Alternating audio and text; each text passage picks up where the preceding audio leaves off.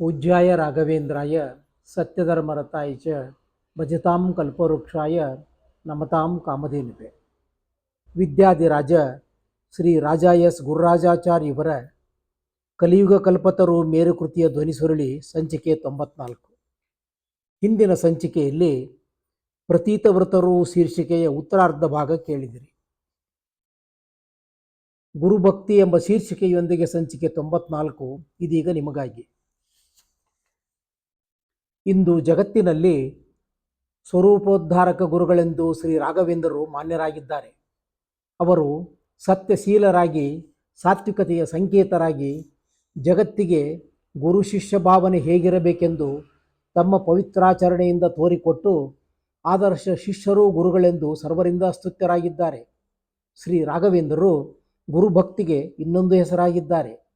ಅವರ ಹರಿವಾಯು ಗುರುಭಕ್ತಿ ಸಾತ್ವಿಕ ಶಕ್ತಿ ಭಕ್ತರಿಗೆ ದಾರಿದೀಪವಾಗಿತ್ತು.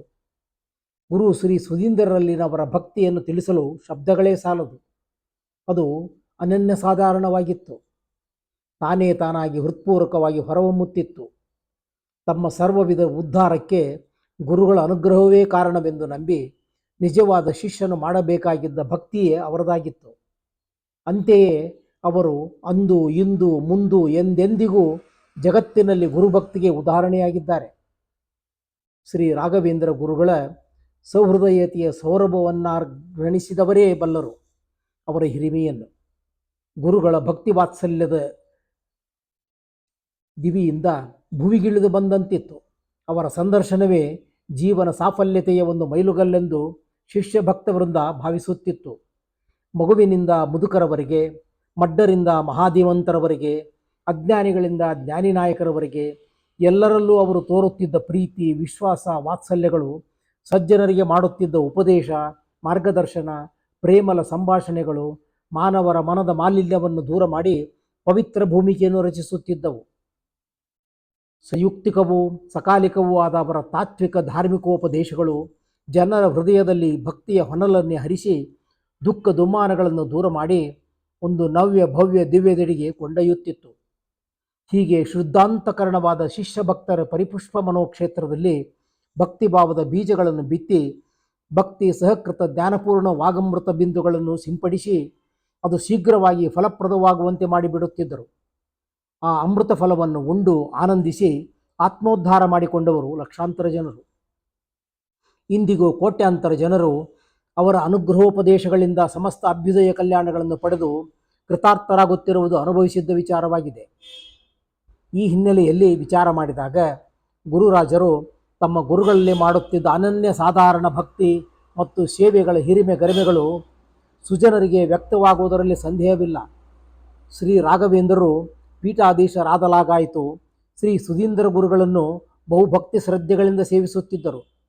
ಗುರು ಸೇವೆಗೆ ಅನೇಕ ಜನರು ನಿಯುಕ್ತರಾಗಿದ್ದರೂ ಪ್ರತಿದಿನ ಗುರುಗಳು ಬೆಳಗಿನ ಜಾವ ಏಳುವುದರಿಂದ ಆರಂಭಿಸಿ ರಾತ್ರಿ ಅವರು ವಿಶ್ರಾಂತಿ ಪಡೆಯುವವರೆಗೆ ಶ್ರೀ ರಾಘವೇಂದ್ರರು ತಾವೇ ಖುದ್ದಾಗಿ ಅವರ ಸೇವೆ ಮಾಡುತ್ತಿದ್ದರು. ಶ್ರೀ ಸುಧೀಂದ್ರರು ಶಿಷ್ಯರನ್ನು ಅತ್ಯಂತ ಪ್ರೀತಿ ವಿಶ್ವಾಸಗಳಿಂದ ಕಾಣುತ್ತಿದ್ದರು. ಒಂದು ಕ್ಷಣವೂ ಶಿಷ್ಯರನ್ನು ಬಿಟ್ಟಿರುತ್ತಿರಲಿಲ್ಲ. ಗುರುರಾಜರು ಶ್ರೀ ಸುಧೀಂದ್ರರ ಬಹಿಪ್ರಾಣದಂತಿದ್ದರು. ಶಿಷ್ಯರ ಗುರುಭಕ್ತಿಯನ್ನು ಕಂಡು ಸುಧೀಂದ್ರರು ವಿಸ್ಮಿತರಾಗುತ್ತಿದ್ದರು. ಗಗನಂ ಗಗನಾಕಾರಂ ಸಾಗರ ಸಾಗರೋಪಮಃ ಎಂಬ ಉಕ್ತಿಯಂತೆ ಗುರುಭಕ್ತಿ ಶಿಷ್ಯ ವಾತ್ಸಲ್ಯಗಳಿಗೆ ಏನಾದರೊಂದು ಉದಾಹರಣೆ ಕೊಡಬೇಕಾದರೆ ರಾಘವೇಂದ್ರರ ಗುರುಭಕ್ತಿ ಸುಧೀಂದ್ರರ ಶಿಷ್ಯ ವಾತ್ಸಲ್ಯಗಳನ್ನೇ ದೃಷ್ಟಾಂತವಾಗಿ ಕೊಡಬೇಕೇ ಹೊರತು ಅದಕ್ಕೆ ಬೇರೆ ಉದಾಹರಣೆ ಕೊಡಲು ಸಾಧ್ಯವಿಲ್ಲ. ಹೀಗಿತ್ತು ಆ ಗುರು ಶಿಷ್ಯರ ಗುರುಭಕ್ತಿ ಶಿಷ್ಯ ಪ್ರೇಮಗಳು. ಮುಂದಿನ ಭಾಗ ಶ್ರೀ ಸುಧೀಂದ್ರ ತೀರ್ಥರ ನಿರ್ಯಾಣ. ಶ್ರೀ ಸುಧೀಂದ್ರ ತೀರ್ಥರು ಮಹಾಸಂಸ್ಥಾನ ಪದ್ಧತಿಯಂತೆ ಪ್ರಿಯ ಶಿಷ್ಯರೊಡನೆ ಸಂಚಾರ ಹೊರಟರು. ಹೋದಲ್ಲಿ ಉಭಯ ಶ್ರೀಗಳಿಗೆ ಅಭೂತಪೂರ್ವ ಸ್ವಾಗತ ದೊರಕುತ್ತಿತ್ತು.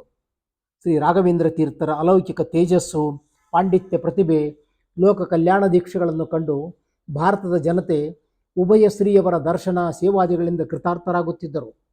ಹೀಗೆ 2-3 ತಿಂಗಳು ಸಂಚಾರ ಮಾಡುತ್ತಾ ಶಿಷ್ಯರೊಡನೆ ಶ್ರೀ ಸುಧೀಂದ್ರರು ಪಾಲ್ಗೊಣ ಶುಕ್ಲ ಬಿದಿಗೆಯ ಹಾಗೆ ಹಂಪಿ ಕ್ಷೇತ್ರಕ್ಕೆ ದಯಮಾಡಿಸಿದರು. ಅಲ್ಲಿ ಕರ್ನಾಟಕ ರಾಜ್ಯ ಪ್ರತಿನಿಧಿ ಊರಿನ ವೈದಿಕ ಲೌಕಿಕರು ಗುರುದ್ವಯರಿಗೆ ಅಸಾಧಾರಣ ಸ್ವಾಗತ ನೀಡಿ ರಾಜಮಂದಿರದಲ್ಲಿ ಬಿಡಾರ ಮಾಡಿಸಿದರು.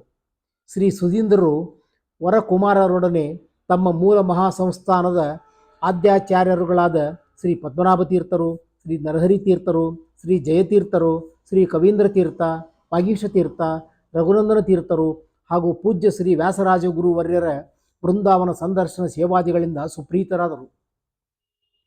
ಶ್ರೀ ಸುಧೀಂದ್ರರ ಅಪ್ಪಣೆಯಂತೆ ಗುರುರಾಜರೇ ಮಹಾಸಂಸ್ಥಾನ ಪೂಜಾ, ಪಾಠ ಪ್ರವಚನ, ಮಂತ್ರ ಮುದ್ರಾಧಾರಣ, ಗುರುಪದೇಶ, ಧರ್ಮೋಪದೇಶಗಳಿಂದ ಶಿಷ್ಯ ಭಕ್ತ ಜನರನ್ನು ಅನುಗ್ರಹಿಸುತ್ತಿದ್ದರು. ಹೀಗೆ 10 ದಿನಗಳು ಕಳೆದವು. ಒಂದು ದಿನ ಇದ್ದಕ್ಕಿದ್ದಂತೆ ಸುಧೀಂದ್ರ ತೀರ್ಥರು ಅಸ್ವಸ್ಥರಾದರು. ಅವರು ಶ್ರೀ ಪದ್ಮನಾಭ, ಜಯಮುನಿ, ಕವೀಂದ್ರ, ವಾಗೀಶರು ಹಾಗೂ ಶ್ರೀ ವ್ಯಾಸರಾಜ ಗುರುಗಳ ಬೃಂದಾವನ ಸನ್ನಿಧಿಯಲ್ಲಿ ತಪೋನಿಷ್ಠರಾಗ ಬಯಸಿ ಅಲ್ಲಿಯೇ ಬಿಡಾರ ಮಾಡಿದರು. ಸುಧೀಂದ್ರರು ಸ್ನಾನ, ಆನ್ನಿಕ, ಜಪತಪಾದಿಗಳನ್ನು ಮಾಡುತ್ತಾ ಹಣ್ಣು ಹಾಲುಗಳನ್ನು ಮಾತ್ರ ಸೇವಿಸುತ್ತಾ ಸದಾ ಧ್ಯಾನಾಸಕ್ತರಾಗಿರುತ್ತಿದ್ದರು. ಮುಂದೊಂದು ದಿನ ಸಂಪೂರ್ಣ ಉಪೋಷಣದಿಂದಲೇ ಶ್ರೀಹರಿವಾಯು ತತ್ವಚಿಂತನ ಮಾಡುತ್ತಾ ಜಪತಪಧ್ಯಾನರತರಾದರು.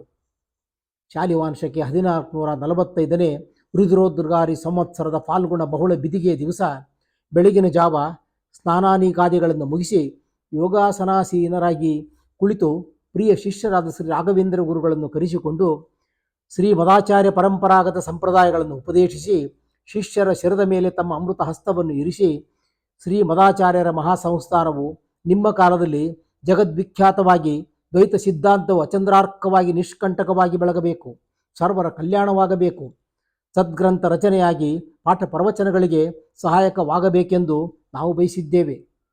ನಮ್ಮ ಗುರುಪಾದರಾದ ಪೂಜ್ಯ ಶ್ರೀ ವಿಜಯೇಂದ್ರ ತೀರ್ಥರು ಅಪ್ಪಣೆ ಕೊಡಿಸಿದಂತೆ ಈ ಒಂದು ಮಹತ್ ಕಾರ್ಯಕ್ಕಾಗಿ ಅವತರಿಸಿದ ನೀವು ಈ ಕಾರ್ಯವನ್ನು ನಿರ್ವಹಿಸಲು ಶ್ರೀಹರಿವಾಯುಗಳು ನಿಮ್ಮಲ್ಲಿ ನಿಂತು ಶಕ್ತಿಯನ್ನಿತ್ತು ಅದನ್ನು ಸಫಲಗೊಳಿಸಿ ಅನುಗ್ರಹಿಸಲಿ ಎಂದು ನಾವು ಪ್ರಾರ್ಥಿಸಿ ಆಶೀರ್ವದಿಸುತ್ತಿದ್ದೇವೆ.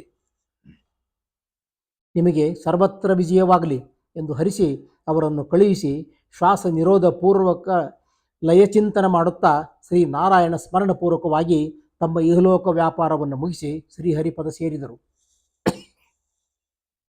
100 ಜನ ಶಿಷ್ಯ ಭಕ್ತ ಧಾರ್ಮಿಕರು ಬಂದು ಗುರುಗಳ ಚರಮ ದರ್ಶನ ಪಡೆದು ಪುನೀತರಾದರು. ಗುರುಗಳು ನಿರ್ಯಾಣ ಹೊಂದಿದ ವಿಚಾರ ತಿಳಿದು ಶ್ರೀ ರಾಘವೇಂದ್ರರು ಬಹುವಾಗಿ ದುಃಖಿಸಿದರು. ಮಠದ ಜನರ ದುಃಖಕ್ಕೆ ಮೇರೆಯೇ ಉಳಿಯಲಿಲ್ಲ. ಶ್ರೀಗಳವರು ಪೂಜ್ಯ ಗುರುಗಳನ್ನು ಶ್ರೀ ಪದ್ಮನಾಭಾದಿ ಗುರುಗಳಿದ್ದ ಸನ್ನಿಧಿಯಲ್ಲಿಯೇ ನಿಕ್ಷೇಪ ಮಾಡಿಸಿ ಬೃಂದಾವನ ಪ್ರತಿಷ್ಠೆ ಮಾಡಿಸಿದರು.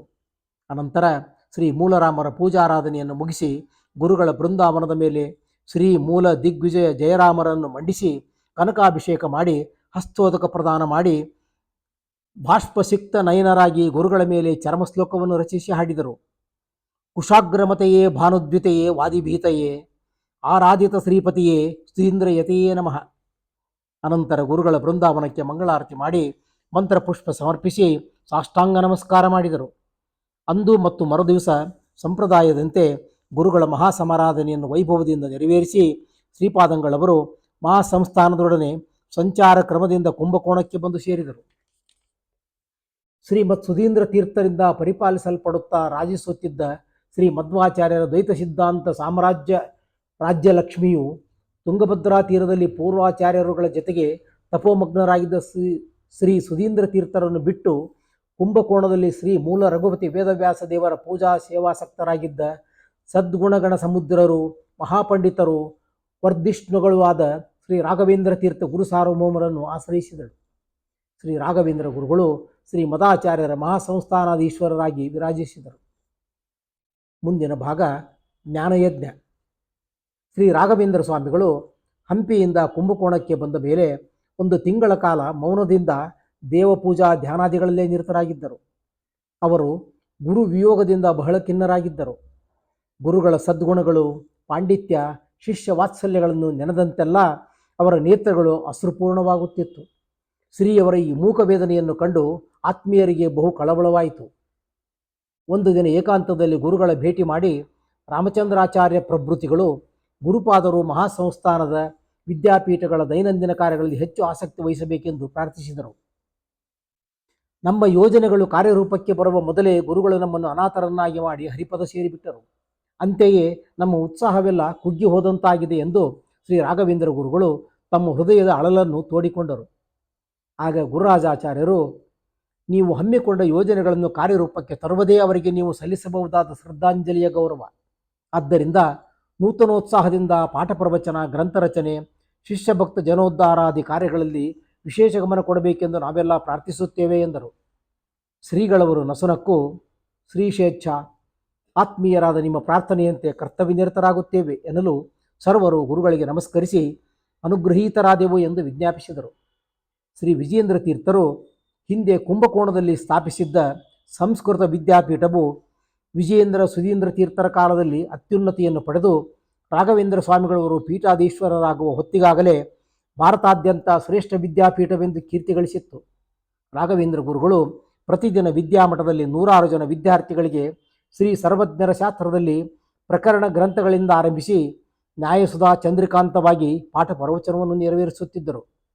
ಶ್ರೀಗಳವರಲ್ಲದೆ 25 ಜನ ವಿವಿಧ ಶಾಸ್ತ್ರ ಪಾರಂಗತರು ವಿದ್ಯಾಪೀಠದಲ್ಲಿ ಪಾಠ ಹೇಳುತ್ತಿದ್ದರು. ಮಧ್ಯಾಹ್ನ ಶ್ರೀಮಠದಲ್ಲಿ ನ್ಯಾಯ, ವ್ಯಾಕರಣ, ಮೀಮಾಂಸಾ, ಧರ್ಮಶಾಸ್ತ್ರಗಳ ಉದ್ಗ್ರಂಥಗಳನ್ನು ಗುರುಗಳು ಪಾಠ ಹೇಳುತ್ತಿದ್ದರು. ಹೀಗೆ ಶ್ರೀಪಾದಂಗಳವರು 10 ವರ್ಷಗಳ ಕಾಲ ಕುಂಭಕೋಣದಲ್ಲಿ ಸ್ಥಿರವಾಗಿದ್ದು ಸ್ನಾನ, ಜಪತಪ, ಪಾಠ ಪ್ರವಚನ, ದೇವಪೂಜಾ, ತತ್ವಧರ್ಮೋಪದೇಶಗಳಿಂದ ಶಿಷ್ಯ ಭಕ್ತಜನರ ವಿವಿಧ ಜಟಿಲ ಸಮಸ್ಯೆಗಳ ಪರಿಹಾರ ಮಾರ್ಗದರ್ಶನಾದಿಗಳಿಂದ ಸಕಲ ವಿದ್ಯಾರ್ಥಿ ವೃಂದ ಲೌಕಿಕ ವೈದಿಕ ಶಿಷ್ಯ ಭಕ್ತಜನರ ವಿಶೇಷ ಭಕ್ತಿ ಗೌರವಗಳಿಗೆ ಪಾತ್ರರಾಗಿ ಲೋಕ ಕಲ್ಯಾಣಾಸಕ್ತರಾಗಿ ಕೀರ್ತಿಯ ಉತ್ತುಂಗ ಶಿಖರದಲ್ಲಿ ಮೆರೆಯುತ್ತಿದ್ದರು. ಈ ಅವಧಿಯಲ್ಲಿ ಸುಧೀಂದ್ರ ತೀರ್ಥರು ಮತ್ತು ಆತ್ಮೀಯರಿಗೆ ಭರವಸೆ ನೀಡಿದ್ದಂತೆ ಶ್ರೀಯವರ ಪೂರ್ವಾಶ್ರಮ ಬಂಧುಗಳಾದ ನಾರಾಯಣಾಚಾರ್ಯ, ಲಕ್ಷ್ಮೀನಾರಾಯಣಾಚಾರ್ಯ, ಕೃಷ್ಣಾಚಾರ್ಯ, ಗೋವಿಂದಾಚಾರ್ಯರುಗಳಿಗೆ, ರಘುಪತಿ ಆಚಾರ್ಯರುಗಳಿಗೆ ಶ್ರೀಮನ್ ನ್ಯಾಯ ಸುಧಾಂತವಾಗಿ ದ್ವೈತಶಾಸ್ತ್ರವನ್ನು, ನ್ಯಾಯ, ಮೀಮಾಂಸಾ, ವ್ಯಾಕರಣ, ಧರ್ಮಶಾಸ್ತ್ರ, ಸಾಹಿತ್ಯ ಶಾಸ್ತ್ರಗಳನ್ನು ಪಾಠ ಹೇಳಿ ಶ್ರೇಷ್ಠ ಪಂಡಿತರನ್ನಾಗಿ ಮಾಡಿದರು. ಇದರಂತೆ 100 ಜನ ವಿವಿಧ ಶಾಸ್ತ್ರ ವ್ಯಾಸಂಗ ಮಾಡುತ್ತಿದ್ದರು. ಹೀಗೆ ರಾಘವೇಂದ್ರ ಗುರುಗಳು 10 ವರ್ಷಗಳ ಕಾಲ ಅಖಂಡ ಜ್ಞಾನ ಯಜ್ಞವನ್ನು ನೆರವೇರಿಸಿ 100 ಜನರನ್ನು ಪಂಡಿತರನ್ನಾಗಿ ಮಾಡಿ ಜಗನ್ಮಾನ್ಯರಾದರು. ಮುಂದಿನ ಭಾಗ ಶ್ರೀ ಗುರುರಾಜರ ಔದಾರ್ಯ. ಶ್ರೀ ಸುಧೀಂದ್ರ ತೀರ್ಥರ ಪೂರ್ವಾಶ್ರಮ ಸೋದರಳಿಯಂದಿರು ವೈರಾಗ್ಯದಿಂದ ಶ್ರೀಗಳವರಿಂದ ಸನ್ಯಾಸಾಶ್ರಮ ಸ್ವೀಕರಿಸಿ ಶ್ರೀ ಯಾದವೇಂದ್ರ ತೀರ್ಥರೆಂಬ ಹೆಸರಿನಿಂದ ಶಿಷ್ಯರಾಗಿ ತೀರ್ಥಯಾತ್ರೆಗೆ ಹೊರಟ ವಿಚಾರ ಹಿಂದೆಯೇ ನಿರೂಪಿಸಲಾಗಿದೆ. ಶ್ರೀ ಯಾದವೇಂದ್ರ ತೀರ್ಥರು 4 ಜನ ಶಿಷ್ಯರೊಡನೆ ಭಾರತಾದ್ಯಂತ ತೀರ್ಥಕ್ಷೇತ್ರ ಯಾತ್ರೆ, ಭಗವನ್ಮೂರ್ತಿಗಳ ದರ್ಶನ, ಪರವಾದಿ ದಿಗ್ವಿಜಯ, ಸಿದ್ಧಾಂತ ಪ್ರತಿಷ್ಠಾಪನಾ ಪಾಠ ಪ್ರವಚನ, ಗ್ರಂಥ ರಚನಾದಿ ಕಾರ್ಯನಿರತರಾಗಿ ಸುಮಾರು 10 ವರ್ಷಗಳ ಕಾಲವಾದ ಮೇಲೆ ಮತ್ತೆ ದಕ್ಷಿಣ ಭಾರತದ ಮಧುರೆಗೆ ದಯಮಾಡಿಸಿದಾಗ ರಾಘವೇಂದ್ರ ತೀರ್ಥರು ಪೀಠಾಧಿಪತಿಗಳಾಗಿರುವುದು, ವಿದ್ಯಾಗುರುಗಳು, ಆಶ್ರಮ ಗುರುಗಳು ಆದ ಶ್ರೀ ಸುಧೀಂದ್ರ ತೀರ್ಥರು ನಿರ್ಯಾಣ ಹೊಂದಿದ ವಿಚಾರವರಿತು ತುಂಬ ಖಿನ್ನರಾದರು. ಶ್ರೀ ಸುಧೀಂದ್ರ ಗುರುಗಳ ಬೃಂದಾವನ ದರ್ಶನ ಮಾಡಿ ಗುರುಭಕ್ತಿಯನ್ನು ಸಮರ್ಪಿಸಿ ಆ ಹೊತ್ತಿಗಾಗಲೇ ಅತ್ಯಂತ ಖ್ಯಾತರಾಗಿದ್ದ ಮಹಾಸಂಸ್ಥಾನಾಧಿಪತಿಗಳಾದ ಶ್ರೀ ರಾಘವೇಂದ್ರ ಸ್ವಾಮಿಗಳನ್ನು ನೋಡಿ ಆನಂದಿಸುವ ಉದ್ದೇಶದಿಂದ ಶ್ರೀ ಯಾದವೇಂದ್ರರು ಸಂಚಾರ ಕ್ರಮದಲ್ಲಿ ಕುಂಭಕೋಣಕ್ಕೆ ವಿಜಯ ಮಾಡಿಸಿದರು. ಆಶ್ರಮ ಜ್ಯೇಷ್ಠರಾದ ಶ್ರೀ ಯಾದವೇಂದ್ರ ತೀರ್ಥರು ದಯಮಾಡಿಸಿದ ವಿಚಾರ ತಿಳಿದು ಶ್ರೀ ರಾಘವೇಂದ್ರ ಗುರುಗಳು ಅವರನ್ನು ಪೂರ್ಣಕುಂಭ ವಾದ್ಯ ವೈಭವಗಳಿಂದ ಸ್ವಾಗತಿಸಿ ವಿದ್ಯಾಮಠಕ್ಕೆ ಕರೆತಂದು ಉನ್ನತ ಪೀಠದಲ್ಲಿ ಕೂಡಿಸಿ ನಮಸ್ಕರಿಸಿ ಕುಶಲ ಪ್ರಶ್ನೆ ಮಾಡಿದರು. ಶ್ರೀ ಯಾದವೇಂದ್ರರು ಮಹಾಸಂಸ್ಥಾನಾಧಿಪತಿಗಳಾಗಿದ್ದರೂ ಆಶ್ರಮ ಜ್ಯೇಷ್ಠರೆಂದು ತಮಗೆ ನೀಡಿದ ಗೌರವಾದರಗಳಿಂದ ಸಂತುಷ್ಟರಾಗಿ ಶ್ರೀ ರಾಘವೇಂದ್ರರನ್ನು ಆಲಂಗಿಸಿ ಹಸನ್ಮುಖಿಗಳಾಗಿ ಕುಶಲ ಪ್ರಶ್ನೆ ಮಾಡಿದರು. ಈ ಅಪೂರ್ವ ದೃಶ್ಯವನ್ನು ಕಂಡು ಸರ್ವರು ಮುದಿಸಿದರು. ಶ್ರೀ ರಾಘವೇಂದ್ರರು, ನೀವು ಗುರುಪಾದರ ಬಂಧುಗಳು, ಜ್ಞಾನ ಭಕ್ತಿ ವೈರಾಗ್ಯಪೂರ್ಣರು, ಆಶ್ರಮ ಜ್ಯೇಷ್ಠರೂ ಆಗಿದ್ದೀರಿ. ನೀವು ಈ ಮಹಾಸಂಸ್ಥಾನವನ್ನು ಆಳಬೇಕು. ನಾವು ವಿಧೇಯರಾಗಿ ಸೇವೆ ಸಲ್ಲಿಸುತ್ತೇವೆ ಎಂದರು. ಅದನ್ನು ಕೇಳಿ ಸರ್ವರು ಆಶ್ಚರ್ಯಚಕಿತರಾದರು. ಶ್ರೀ ಯಾದವೇಂದ್ರರು ಶ್ರೀ ರಾಘವೇಂದ್ರ ಉದಾರ ಹೃದಯ ತ್ಯಾಗಗಳನ್ನು ಕಂಡು ನಿಮ್ಮಂಥವರನ್ನು ನಾವೆಲ್ಲಿಯೂ ಕಾಣಲಿಲ್ಲ. ಅಂತೆಯೇ ಶ್ರೀ ಗುರುಪಾದರು ನಿಮ್ಮನ್ನು ಈ ಮಹಾಪೀಠದಲ್ಲಿ ಕೂಡಿಸಿದ್ದಾರೆ. ನಾವು ವೈರಾಗ್ಯದಿಂದ ಸನ್ಯಾಸ ಸ್ವೀಕರಿಸಿದವರೇ ಹೊರತು ಸ್ವಪ್ನದಲ್ಲಿಯೂ ಮಹಾಸಂಸ್ಥಾನಾಧಿಪತಿಗಳಾಗಬೇಕೆಂಬ ಆಶೆ ಇರಲಿಲ್ಲ, ಈಗಲೂ ಇಲ್ಲ. ನಿಮ್ಮ ಉದಾರ ಅಂತಃಕರಣದಿಂದ ನಾವು ತೃಪ್ತರಾಗಿದ್ದೇವೆ. ಶ್ರೀ ಮದಾಚಾರ್ಯರ ಸಂಸ್ಥಾನವನ್ನು ಆಳಲು ನೀವೇ ಸಮರ್ಥರು, ಅರ್ಹರು ಎಂದರು. ಆಗ ಶ್ರೀ ರಾಘವೇಂದ್ರರು, ಇಂದಿನ ದಿನವಾದರೂ ತಾವು ಶ್ರೀ ಮೂಲರಾಮದೇವರ ಪೂಜೆ ಮಾಡಿ ನಮ್ಮನ್ನು ಆಶೀರ್ವದಿಸಬೇಕು ಎಂದು ವಿಜ್ಞಾಪಿಸಿದರು. ಶ್ರೀ ಯಾದವೇಂದ್ರರು, ಶ್ರೀ ಹರಿಚಿತ್ತ, ನಿಮ್ಮಿಷ್ಟದಂತೆ ಆಗಲಿ ಎಂದು ಸಮ್ಮತಿಸಿದರು. ಒಂದು ಮಹಾಸಂಸ್ಥಾನ ಪೂಜೆಯನ್ನು ನೆರವೇರಿಸಿ ಶ್ರೀ ಯಾದವೇಂದ್ರರು ಗುರುಗಳು ನೀಡಿದ್ದ ಶ್ರೀ ಗರುಡ ವಾಹನ ಲಕ್ಷ್ಮೀನಾರಾಯಣ ದೇವರನ್ನು ರಾಘವೇಂದ್ರರಿಗೆ ಅರ್ಪಿಸಿ, ನಾವಿನ್ನು ಗುರುಪಾದರ ದರ್ಶನ ಮಾಡಿ ಒಂದು ನದಿ ತೀರದಲ್ಲಿ ತಪೋನಿರತರಾಗಿ ಜೀವಿತವನ್ನು ಕಳೆಯಲಾಚಿಸಿದ್ದೇವೆ. ಗುರುಪಾದರು ಅರ್ಚಿಸಿದ ಈ ಪ್ರತಿಮೆಯನ್ನು ತಾವು ಸ್ವೀಕರಿಸಿ ಪೂಜಿಸಿ ಭಗವದ್ ಅನುಗ್ರಹಕ್ಕೆ ಪಾತ್ರರಾಗಬೇಕಿ ಆಗಬೇಕು ಎಂದು ಹೇಳಿ ಹೃತ್ಪೂರ್ವಕವಾಗಿ ಆಶೀರ್ವದಿಸಿ ಭಿಕ್ಷಾ ಸ್ವೀಕಾರ ನಂತರ ಶ್ರೀ ಸುಧೀಂದ್ರ ಗುರುಗಳ ಬೃಂದಾವನ ದರ್ಶನಾಕಾಂಕ್ಷಿಗಳಾಗಿ ಹಂಪಿಯ ಕಡೆ ಪ್ರಯಾಣ ಬೆಳೆಸಿದರು. ಕುಂಭಕೋಣದ ಸಮಸ್ತ ನಾಗರಿಕರು, ವಿದ್ವನ್ಮಂಡಲಿ, ಮಠೀಯ ಶಿಷ್ಯರು, ಆತ್ಮೀಯರು, ಧರ್ಮಾಭಿಮಾನಿಗಳು ಶ್ರೀ ರಾಘವೇಂದ್ರರ ಔದಾರ್ಯ, ಶ್ರೀ ಯಾದವೇಂದ್ರರ ವೈರಾಗ್ಯ ಸದ್ಗುಣಗಳನ್ನು ಮನಮುಟ್ಟಿ ಕೊಂಡಾಡಿದರು. ಇಲ್ಲಿಗೆ ಸಂಚಿಕೆ 94 ಮುಕ್ತಾಯ. ಗ್ರಂಥ ರಚನೆ ಎಂಬ ಶೀರ್ಷಿಕೆಯೊಂದಿಗೆ ಮುಂದಿನ ಸಂಚಿಕೆ ಆರಂಭ. ಶ್ರೀ ಕೃಷ್ಣಾರ್ಪಣಮಸ್ತು.